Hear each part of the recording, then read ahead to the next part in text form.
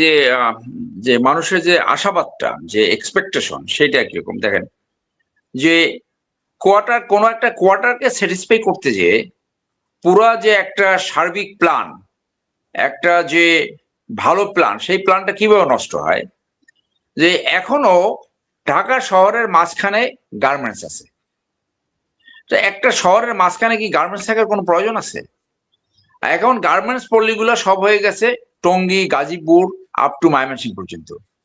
তো আজকে যদি একটা ভালো সরকার থাকতো, এই পুরো গার্মেন্টস পল্লীগুলো হয়তো আইদার চিটাগং পোর্টের পাশে অথবা মোংলা পোর্টের পাশে। আপনি যদি গোমতী এবং কুমিল্লা দুই ব্রিজের মাঝখানে যদি এই গার্মেন্টস পল্লীটি হতো, তাহলে বাংলাদেশের বিলিয়ন ডলার ফুয়েল বেঁচে যেত। বিলিয়ন ডলার আমি আপনাকে বলি। চিটাগং থেকে এই র ম্যাটেরিয়াল গুলো একবার কারখানায় আসে, আবার সেইটা চিটাগং পোর্টে যায়। সো এই দূরদর্শী প্ল্যান কে করতে পারে? যার সেই দূরদর্শিতা আছে। সো আজকে তো একটা কিভাবে এগুলো ফেজ আউট হতে পারে, মনে করেন আপনি 5 বছর টাইম দিলেন, 10 বছর টাইম দিলেন। 10 বছর টাইম দিয়ে আজকে গার্মেন্টস ব্যবসায়ীরা সব ধনী, কিছু কিছু গার্মেন্টস ব্যবসায়ী বাদে, তারা বিদেশে ভ্রমণ, আমোদ প্রমোদ, বিদেশে বাড়ি, এগুলোর কোনো অভাব নাই। কিন্তু গার্মেন্টস চালাবে সব থাকবে ঢাকা শহর। এই আপনি বনানীতে বের হন, সকালবেলা দেখবেন যে শত শত ওই গার্মেন্টস কর্মী যাচ্ছে। আর ওই শহরে মনে করেন যে গোমতী নদীর ওই মাঝখানে যদি ওখানে গার্মেন্টস পল্লী করে, তাহলে কিন্তু লেবাররাও অল্প দামে সেখানে থাকতে পারে, তাদের এই রাজধানী শহরে থাকা লাগে না।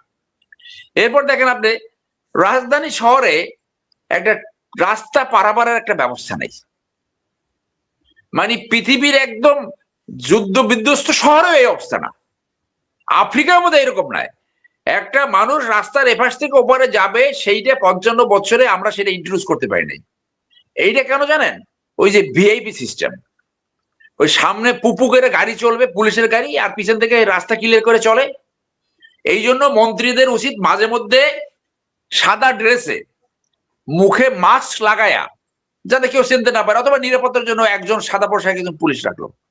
রাস্তা কিভাবে মানুষ পারাচ্ছে সেইটা দেখানো। কারণ বাংলাদেশে একটা ওই যে গোল্ডফিশের একটা কালচার আছে, যেই মুহূর্তে রাষ্ট্রীয় প্রোটোকলে গাড়িটা পাইলো, এখন কিন্তু চর্বি জমবে, চেহারা চকচক করবে, তখন মনে করবে যে সবাই তো এরকম, রাস্তা পারাবার দরকার কি। এই যে রাস্তা পারাতে দিয়ে সেদিন আমি বনানীর সামনে দেখলাম একটা লোক মারা গেল। আমি পরে পুলিশকে ফোন দিয়া সেটাকে বললাম যে আপনি ব্যবস্থা করেন। হতভাগ্য ছেলেটা কে আমি জানতে পারি নাই, এই গত শুক্রবার। সো এই একটা শহরে রাস্তা পারাবার ব্যবস্থা নাই, অথচ আপনি যেখানে থাকেন মফস্বল শহরেও রাস্তা পারাবার একটা ব্যবস্থা আছে, মফস্বল শহরে। এবং ছোট লেনগুলায় যখন মানুষ হেঁটে যাবে, তখন হলুদ বাতি ব্লিক করবে, এবং ওই গাড়িওয়ালারা জানে যে এইখানে এই ব্লিক করা মানে যে হেঁটে যাবে প্যাডেস্ট্রিয়ান, তার প্রায়োরিটি, গাড়ি থামতে বাধ্য, এবং গাড়ি যদি ওর মধ্যে চালায় তাহলে জরিমানা। আর আমাদের একটা এমন একটা জঙ্গল ট্রাফিক ব্যবস্থা সৃষ্টি হয়েছে, বাসওয়ালারা যেখানে খুশি প্যাসেঞ্জার নামায়, যেখানে খুশি সেইখানে উঠায়, পিছনে কয়টা গাড়ি আটকে গেল, কার ডিস্টার্ব হলো, ডাজ নট কেয়ার। তাহলে এর জন্য কি করা দরকার? প্রয়োজন বোধে আপনি পুরো ট্রাফিকের স্কুলগুলোকে, যে প্রশিক্ষণ সেন্টার গুলাকে, এগুলোকে আর্মি দিয়ে প্রশিক্ষণ করান। এখন যে ড্রাইভার গুলো আছে, সেই ড্রাইভার গুলোকে ম্যান্ডেটরি ভাবে 2 সপ্তাহ করে ট্রেনিং করান, যে লেন মেনটেন করে কিভাবে গাড়ি চালাতে হয়। তো এটা মানে চ্যালেঞ্জ প্রত্যেকটা ক্ষেত্রে, হিউজ চ্যালেঞ্জের কোনো শেষ নাই। যেহেতু এটা একটা ডিসফাংশনাল স্টেট, একটা এক্সেন্সে এটা একটা মানে ফেল্ড স্টেট। এই ফেল্ড স্টেট থেকে একটা ফাংশনাল স্টেটে নিতে হলে you need a team, you need the vision, you need plan. সবার আগে প্রয়োজন এই দুর্নীতিমুক্ত সমাজ গঠন করা, স্বাধীন বিচার ব্যবস্থা যদি ঠিক থাকে, আর এই সাথে ঘুষ মুক্ত পুলিশি ব্যবস্থা, ঘুষ মুক্ত ভূমি ব্যবস্থা, এবং ঘুষ মুক্ত করা শুধু ওই মন্ত্রী এমপিরা ঘুষ খেলো না ওটা না, এভরি সেক্টর। সাধারণ মানুষ, খারাপ মানুষ ঘুষ দিতে চাবে, সিস্টেমটা হবে ও ঘুষ নেবে না, ও ঘুষ নিলেই ও ফেসে যাবে। সিস্টেমটা ডেভেলপ করতে হবে ওইভাবে যে ঘুষ ও নিতে গেলেই কিন্তু ফেসে যাবে। সেইটা পারবে কিনা সেইটাই হলো চ্যালেঞ্জ। তো সেইটা যদি রাজধানী শহর থেকে শুরু করে, এয়ারপোর্ট থেকে যদি শুরু করে, একটা দেশের ট্রাফিক ব্যবস্থা is the mirror of the state, face of the state. যে মানুষ ট্রাফিক ব্যবস্থার আইন মানে কিনা, এইখানে যদি দেখে আইন মানে, তার মানে সব জায়গায় একটা আইনের শাসন আছে। তো আইনের শাসন শুরু করতে হবে এইভাবে। এবং আমি আবারও এই আশাবাদটা রাখবো, যেহেতু তারেক সাহেব লন্ডনে 17 বছর ছিলেন, উনি নিজে দেখেছেন যে একটা সভ্য শহর কিভাবে চলে, একটা সভ্য দেশ কিভাবে চলে, কিভাবে পলিটিশিয়ানরা জবাবদিহিতার মুখে থাকে, কিভাবে স্বচ্ছতা রক্ষা করা হয়, কিভাবে জবাবদিহিতা করা হয়, কিভাবে একটা ওয়েলফেয়ার স্টেট গঠন করা হয়, সেগুলো নিশ্চয়ই উনি দেখে আসছেন। এবং সেইটা যদি 50%ও যদি ইমপ্লিমেন্ট করতে পারে, তাহলে নেক্সট টাইম ওনার ক্যাম্পেইন করতে হবে না, এমনিতে হবে। আর যদি 2001 থেকে 6-এর মতো যায়, মন্ত্রী এমপিরা যে যার মতো আখের গুছাবার শুরু করে, টাকা পাচার শুরু করে, তাহলে পতনে বেশি সময় লাগবে না। সো বার্ডেন তার উপরে, সম্পূর্ণ বার্ডেন তার উপরে, because he has become the prime minister. এখন হাউ হি লিডস সেটাই এখন মানুষ দেখতে থাকবে। ধন্যবাদ। জি, আমি ওই যে জুলাই সনদের এটা একটু শুনতে চেয়েছিলাম আপনার কাছে। এখানে না, জুলাই সনদ তো এটা একটা completely deviation what they have discussed for last 6 months। 6 মাস আলোচনা করছে এবং জুলাই সনদে সবাই স্বাক্ষর করছে। আপনি যেখানে ডিসেন্ডিং ওপিনিয়ন দিয়েছেন, সেইটা নিয়ে আপনি আলোচনা করে সিদ্ধান্ত নেবেন। আর যেখানে আপনি একমত হয়েছেন, জনগণের একটা প্রত্যাশা সৃষ্টি হয়েছে, পরিবর্তনের জন্য এই অভ্যুত্থান ঘটেছে, এবং সেই পরিবর্তন হলো নেসেসারি সংস্কার, যথাযথ সংস্কার। ডে অনে যখন আপনি এইটা সাইন করেন নাই, মানুষের ভিতরে ডেফিনেটলি একটা নেগেটিভ সিগন্যাল যাবে যে আপনি ক্ষমতা পাওয়ার সাথে সাথে আগের অবস্থান, আগের যে আপনার যে প্রতিশ্রুতি, সেটা আপনি ভঙ্গ করতেছেন। এইটা কিভাবে বিএনপি ওভারকাম করবে আই ডোন্ট নো।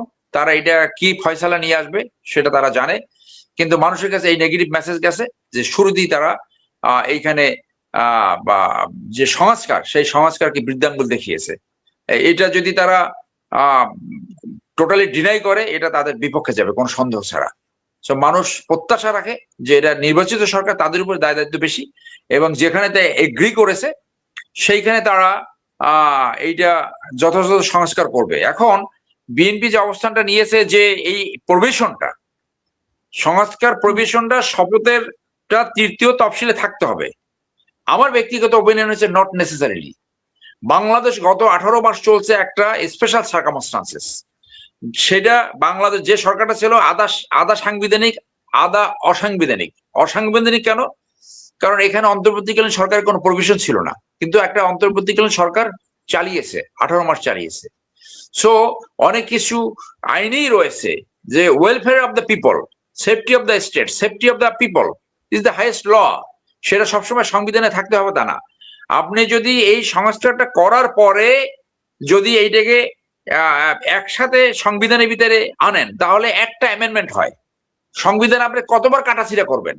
এখন শপথ পড়াবার জন্য একটা প্রভিশন ঢুকাবার জন্য আপনি একবার অ্যামেন্ডমেন্ট করবেন, যদি সেইটা হয় সেইটা হবে 17th অ্যামেন্ডমেন্ট। এরপর যদি আপনি আবার বাকিগুলো সব নিয়ে আবার যদি সংবিধান সংশোধন করেন, সেইটা হবে 18th অ্যামেন্ডমেন্ট। তো এইটা আমেরিকাতে 200 বছরে মাত্র 12টা অ্যামেন্ডমেন্ট হয়েছে, 200 বছরে।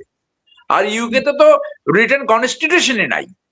অনেক দেশে কনস্টিটিউশনে অ্যামেন্ডমেন্ট হার্ডলি, মানে 20 বছর, 30 বছর, 40 বছরে অ্যামেন্ডমেন্ট প্রয়োজন হয় না।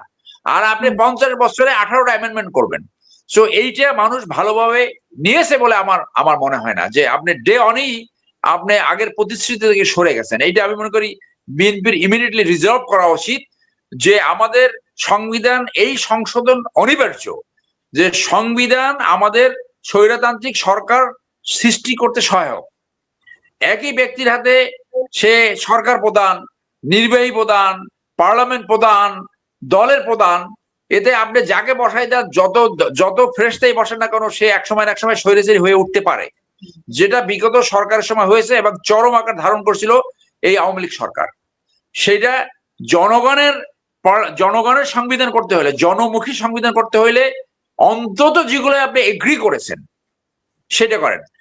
আর বিএনপি যে ম্যান্ডেট দিয়ে ক্ষমতা আসছে, সেই ম্যান্ডেট ফুলফিল করা তাদের উপর ম্যান্ডেট, এই ম্যান্ডেটের সাথে 31 দফা তাদের এইটাকে ফলো করা ম্যান্ডেটরি।